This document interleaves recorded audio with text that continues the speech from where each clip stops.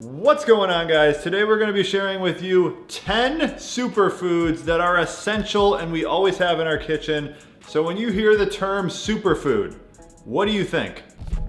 Goji berries, because that's what people say are superfood. The first thing you should think is someone's probably trying to sell you something, some exotic berry. I guess there's two schools of thought when it comes to superfoods, the right one and the wrong one. We're going to share with you the right one today. The wrong one is one that usually puts a lot of emphasis on non-essential nutrients, antioxidants, polyphenols, things that aren't really necessary. Maybe they're somewhat beneficial. To me, a superfood is rich in fat-soluble vitamins, the cornerstone of human nutrition. So these are not things most people commonly think of as superfoods. Let's get to it. Top 10. Number 1, in no particular order, oysters. You can get them fresh. They kind of suck. You gotta shuck them and stuff. So I usually get stuff like this, smoked oysters. The only thing is you gotta be careful. Most of the time, 90% of the oysters you see are packaged in sunflower oil typically, or some other kind of weird oils like cottonseed oil sometimes they have. So these are packed in olive oil, that's what you wanna look for. But just pretty rich in everything that you need for human health. Omega-3s, B12, one of the highest sources of B12, copper, zinc, a lot of good minerals and stuff. And they're super tasty. It's probably just the tastiest way to get in a bunch of nutrients. A decent alternative, although not quite as nutrient dense, is gonna be sardines, and they don't taste as good either. But anything that's wild caught, 100% olive oil, these are two good options. Just overall, definitely a superfood, and these are in no order. So this doesn't mean it's the best one, it's just number 1 on our list. Number 2 on our list is gonna be eggs, of course. So eggs are not only super delicious, and do not be skimping on the yolks. Choline, B vitamins, selenium, folate, not all things you're thinking about, but definitely essential for your body. So eggs are a great way to start your day off, end your day off. We like to make a lot of hard-boiled ones, a quick keto snack on the go. And our son, Theo, he's 15 months, he also loves eggs. So starting them early is a really great idea. Next up, we have milk products, and particularly raw grass-fed. So this isn't raw. You haven't been buying raw lately. Why? There's a shortage. There's a shortage. So that's why we've been getting from the grocery store, because Theo needs his milk. So this is organic grass-fed milk. Ideally, we would be getting raw. The benefit of raw is just that it's not pasteurized, has more of the nutrients, has more of the digestive enzymes and stuff, so you can better digest it. A lot of people have issues with lactose, things like that. What Mega looks for is that it's just pasteurized. A lot of times at the grocery store, you'll see the cheap stuff. It'll say ultra premium pasteurized. You really want as little pasteurization as possible. Sometimes if you're at a specialty store, you can even find low temperature pasteurized. The butter we get is low temperature pasteurized. And if you're new to this whole stuff and you're raw milk, a lot of people say it's dangerous, it'll kill you, which if you read the internet, that is what they say. So do your own research. An easily approachable version is raw milk cheeses. So this is kind of tough to find. We find this at Sprouts. We also get some in blocks, 1 pound blocks from the local farm. Whole Foods has a big selection of it too. Even Kroger, Publix, all those places have it now. Raw dairy and fermented dairy, which I do make a lot of. I haven't done it lately, but I will ferment the raw milk, make it into kefir, sometimes into yogurt. Those are both good. So yeah, just raw dairy, fermented dairy is number 3. So next up on our list is gonna be berries, and these happen to be wild berries, which is an added bonus. They don't have to be wild at all. We found these in the frozen section, I think at Whole Foods, but most groceries will have some sort of wild blueberry. The good thing about getting them frozen is that they're frozen when they're actually grown in season, which is the best time to eat any sort of berry. So you're getting them right from the actual season itself, and they're not just grown whenever during the time of year. Number 4 is berries. Get yourself some blueberries, blackberries, strawberries. Super delicious. Snozberries. Next up is going to be seafood, and we already talked about the canned kind, so this kind of is the same thing, but just not canned, more fresh, frozen. It's less intimidating. You can get it at restaurants, and it tastes, I guess, better, I would say. Although I like the smoked oysters. They're really good. But in general, I guess the easiest, most people love salmon. Just for convenience, because a lot of sticking to things is convenience. So we have smoked salmon like this, it's 4 ounces. I mean, this gets a little expensive. There's actually a lot of really cheap options. I'm a former and still recovering coupon type shopper. My mom instilled this in me. This is just an amazing deal. So much nutrients, all these mixed shellfish, clams, mussels, you got some squid, you got some scallops. and it's going for, what is this, $9 a pound. So the main thing with seafood is when you're getting the shellfish like that, it's pretty low in fat in general. Salmon's higher in fat, so it's a lot of omega-3s, which most people know are good for you.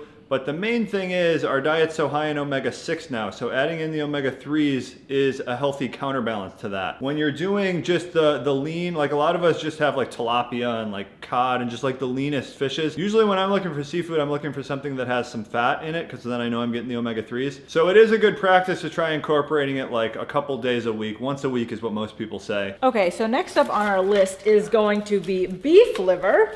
So definitely pretty intimidating. It was for me when I first started eating it maybe like a couple years ago. Something I incorporated on a weekly basis when I was pregnant. Super food for pregnancy, but all around. Something that's more approachable that I've started doing is beef liver pills.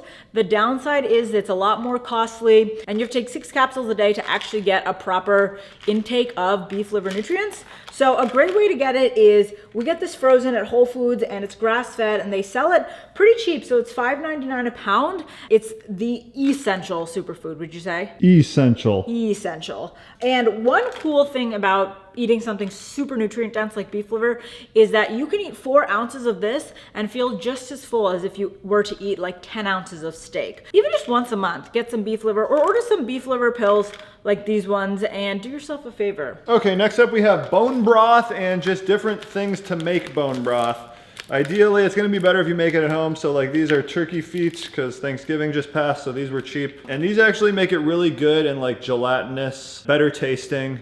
As opposed to just with beef bones or like lamb bones, it doesn't taste as good. And then this is, I guess we don't actually have marrow bones. Marrow bones is what adds the most nutrients to the bone broth. If you get like some more joint bones and like kneecaps and stuff, that makes it more collagen. These are just short ribs, which we do in the slow cooker, but it's a representation of just bones. Oh, I guess there's some bone broth cups. I never really tried these mega likes these. Super good.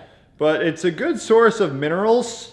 Is the main thing I would say with bone broth. Oh, and what we do, we usually make the bone broth, we then have it for that day, and then within the next couple days, we'll make soup out of it. Or we'll use it as a base for different recipes. Okay, so next up, unfortunately we don't have any to show you, is kombucha, sauerkraut, or my personal favorite, kimchi. So any kind of fermented vegetables like the ones I just listed are gonna be really good for you as far as gut health goes. The ways we like to incorporate it is eat it right before a meal. So it's similar to taking a digestive enzyme or a probiotic, but it's fresh food. I guess not fresh, it's fermented, but it's in like whole food form, which is obviously going to be digested a lot better in your belly. So all 3 are widely available at all grocery stores. And kombuchas, do you have a favorite one, Matt? Matt's a big kombucha person. I'm not too big. I usually get local ones that look good.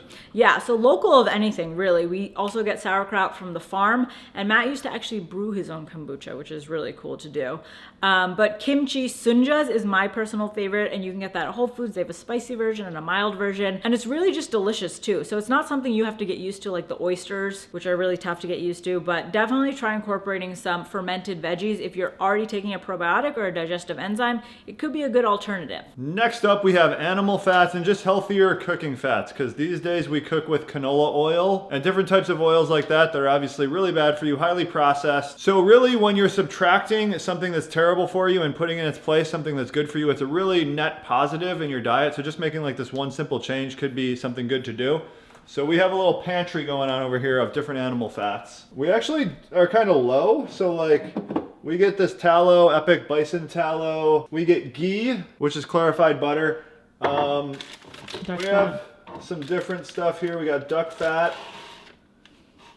which is pretty good. I typically like to cook with tallow, beef tallow, because it's the lowest in polyunsaturated fats. Same with coconut oil, which is actually really low in polyunsaturated fats too. And you can look on the labels. Basically, that's the main thing you want to avoid when cooking. It's just really high polyunsaturated fat content. So you can see there, coconut oil, 0.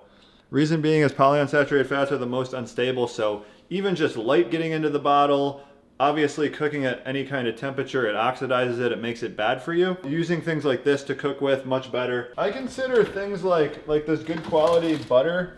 I mean, this is what's available in grocery stores. This is a pretty decent quality. Really good quality butter like this, low temperature pasteurized, 100% grass fed.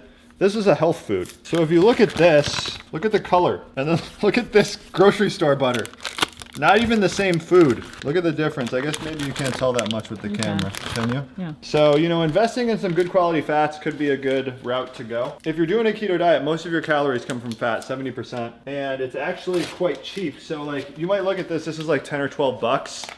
And that seems like a lot, but when you see that this is probably like 2,000 or 3,000 calories for 10 or 12 bucks, it's not that expensive at all. So last up, probably one of my personal favorites is soaked and dehydrated nuts. So that is a pretty crucial process if you want to digest nuts at a good rate. If you want to actually get the nutrients that are in them and absorb them. Nuts are full of phytates, which are basically anti-nutrients and make it very difficult to digest and process the nuts. What we like to do is soak anywhere from 6 to 12 hours depending on the nut. So a cashew, I'll go 6 hours because otherwise it gets like very soft. And then something like a Brazil nut, I'll go longer, 12 hours at least. And then you just can dehydrate it in the oven overnight. So like a 12-hour dehydrating process on the lowest temperature in your oven. And that helps remove the phytates and helps you just absorb and digest the nuts a lot better. So that's it. I know we missed a couple that you're probably thinking. One is definitely red meat. Red meat, you should be eating more than once a week. I actually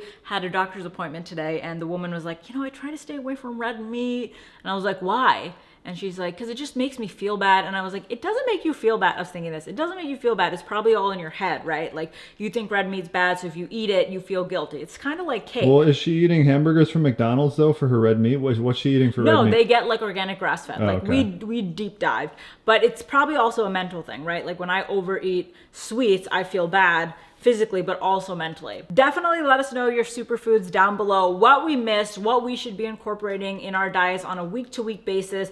All of this stuff is easy to find, definitely affordable. You can get it local too, which is a great option. So try incorporating some of these and let us know what works for you. Thanks for watching.